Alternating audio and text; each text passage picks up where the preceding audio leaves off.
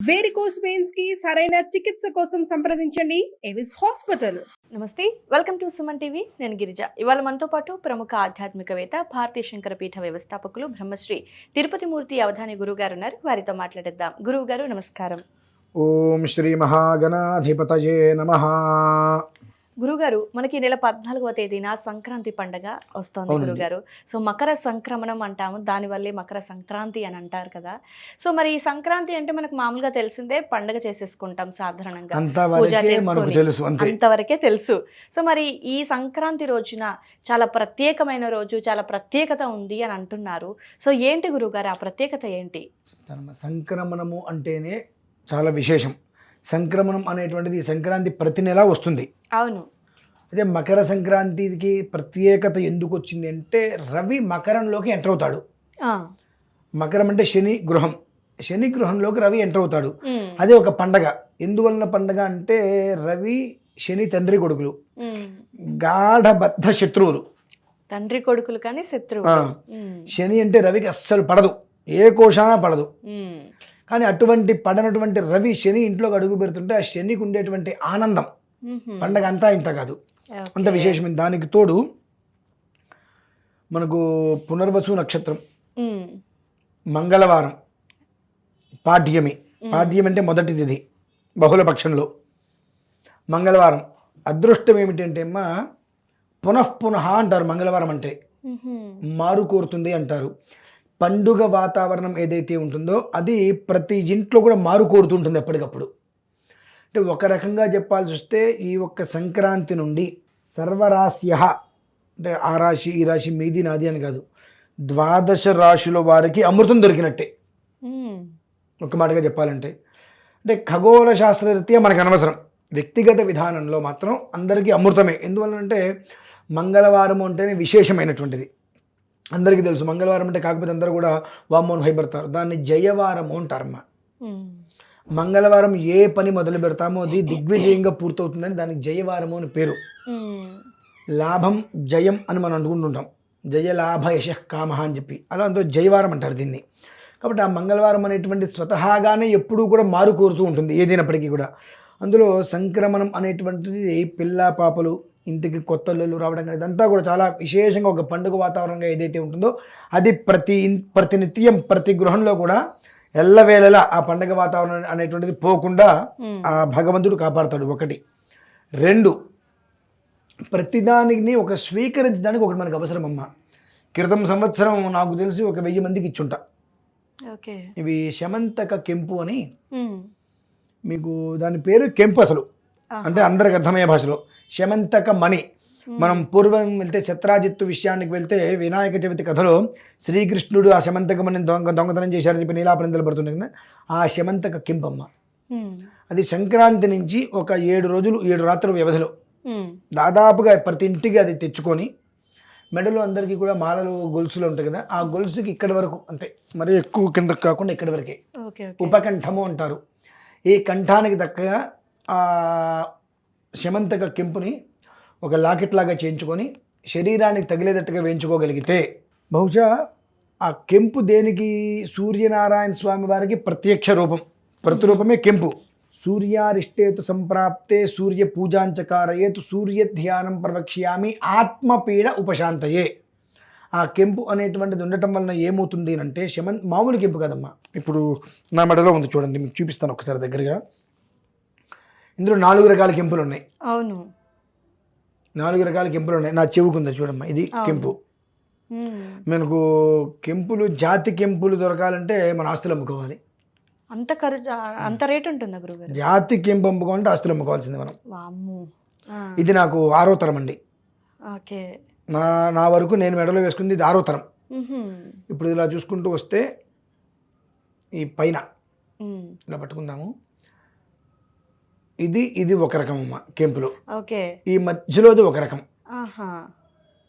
తెలుస్తుంది. ఈ మధ్యలోది ఒక రకమైన కెంపు. ఈ కెంపు ఒక రకం. ఇక్కడ ఉన్నాయి కింద చూడ రౌండ్ గా, ఇది ఒక రకమైన కెంపు. అన్ని కలిపే చేశారు. అవునండి. ఈ కెంపులో ఇంకొక ఐదొకటి ఇది ఒకటి ఇలాగే విశేషమైంది. ఇది ఒక్కడే ఉంటుంది మొత్తం మీద. ఇందులో 4 రకాల పూర్తి కెంపులు ఉంటే ఒకటి విశేషంగా ఏర్పాటు చేయడం జరిగింది. ఇందులో మనకు శమంతక కెంపు అంటే ఇదిగోండి ఇట్లా ఓకే ఈ రంగులో వస్తాయి. ఓకే ఓకే ఇది కెంపు అనడానికి వీల్లేదు. కెంపు అంటే ఇదండి, నలుపు రంగు.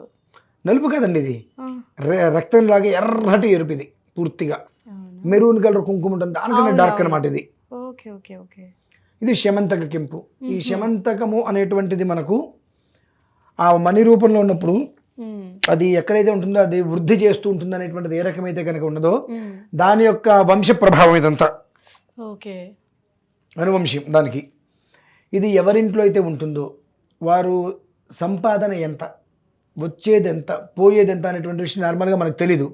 ఎందువల్లంటే మనకు అనేక రకాల ఈఎంఐలను అప్పులు సొప్పులు ఉంటాయి కాబట్టి ఎంత సంపాదిస్తున్నామో తెలియదు, కానీ పోయేది మాత్రం మనకు అంత ముందు కనిపిస్తూ ఉంటుంది, అది మాత్రమే చూస్తాం.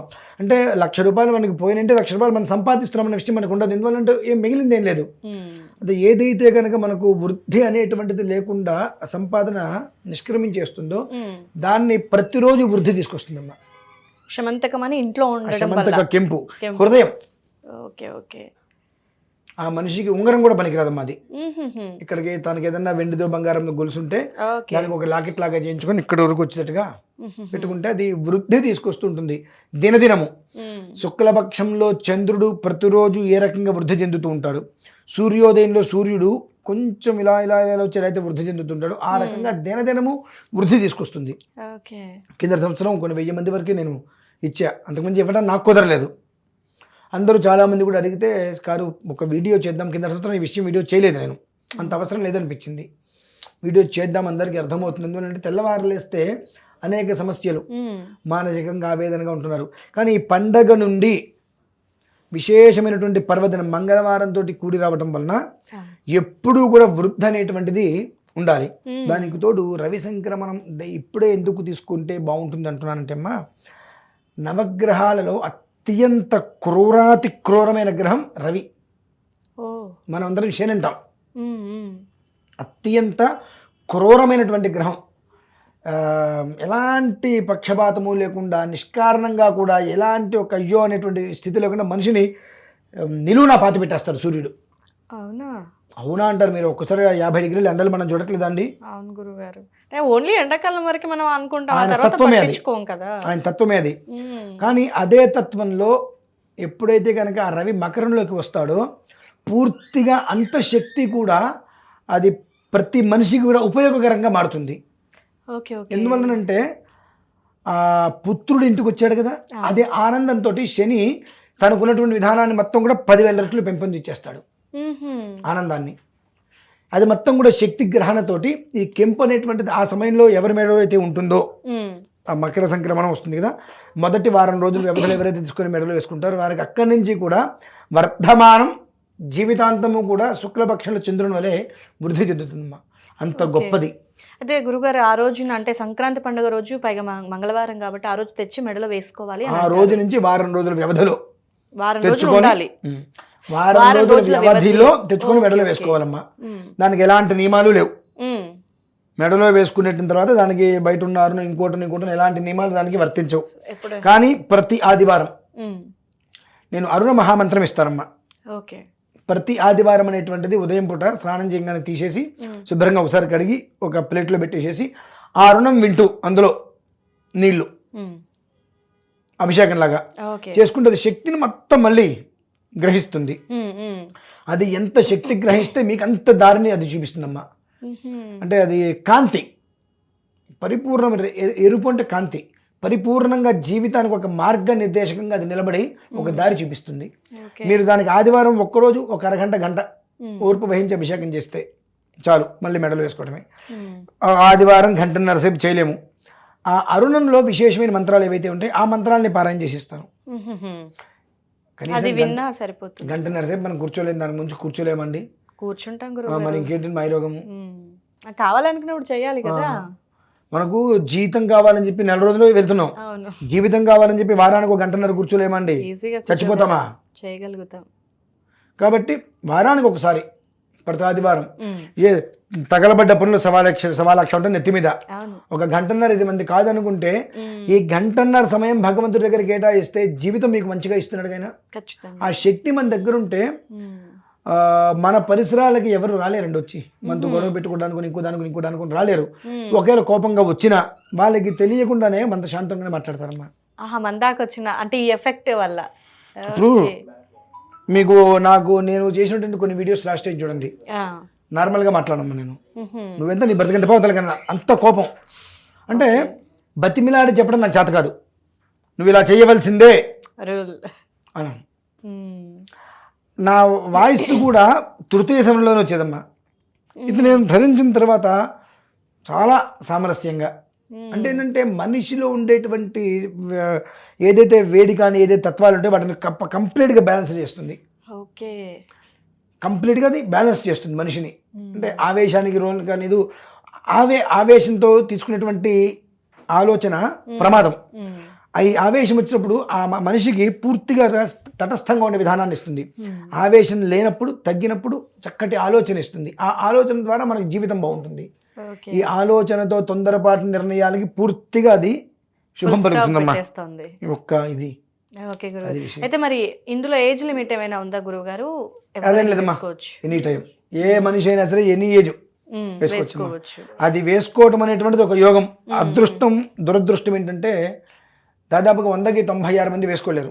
అంటే ఆ కర్మ ప్రారంభం వాళ్ళని ముందుకు రానివ్వదు. Okay okay. ఎందుకంటే అది వేసుకున్నప్పుడు కర్మని తొలగించి మొత్తాన్ని కూడా ఒక విధానంలో బ్యాలెన్స్డ్గా మనకు గట్టిపెడుతుంది. అంటే ప్రతిదీ కూడా మన కంట్రోల్లో మనం తెచ్చుకోగలుగుతాం. ఆ స్థితి పరిపూర్ణంగా అది ఇస్తుంది. కాబట్టి కర్మ ప్రార్థనకి అనుభవించడానికి యోగ్యత ఉండదు కదా, కాబట్టి నీ మనస్సులోకి ఆలోచన రాలేదు. ఓకే, ఒకవేళ వచ్చి వేసుకుంటే అదృష్టం. ఓకే. అయితే గురుగారు మరి ఈ కెంపు అంటే ఎక్కడ దొరుకుతుంది, ఏంటి, ఎలా గుర్తించాలి, ఇవన్నీ సందేహాలు ఉంటూ ఉంటాయి చూసే వాళ్ళకి. శమంతక కెంపు అనేటువంటిది కాస్త అయితే రేరుగా దొరుకుతాయమ్మా. నేను ఎక్కడ దొరుకుతుందో కూడా చెప్తా. ఫలానా చోటు 2-3 ప్లేసులు ఉన్నాయి, నేను చెప్తాను. అక్కడి నుంచి వాళ్ళు దాన్ని తెప్పించుకునే ప్రయత్నం చేయవచ్చు. అది విషయం. ఇప్పుడు ఒకవేళ శమంతక కెంపు కావాల్సి మాకు కాల్ చేస్తే ఎక్కడ దొరుకుతుందో చెప్తామమ్మా. వాళ్ళు అక్కడి నుంచి వాళ్ళు తెప్పించుకొని వాళ్ళు చక్కగా దాన్ని రూపుగా చేయించుకొని మెడలో వాళ్ళు ఉండే గొలుసుకి వేసేసుకోవచ్చు. ఓకే గురుగారు.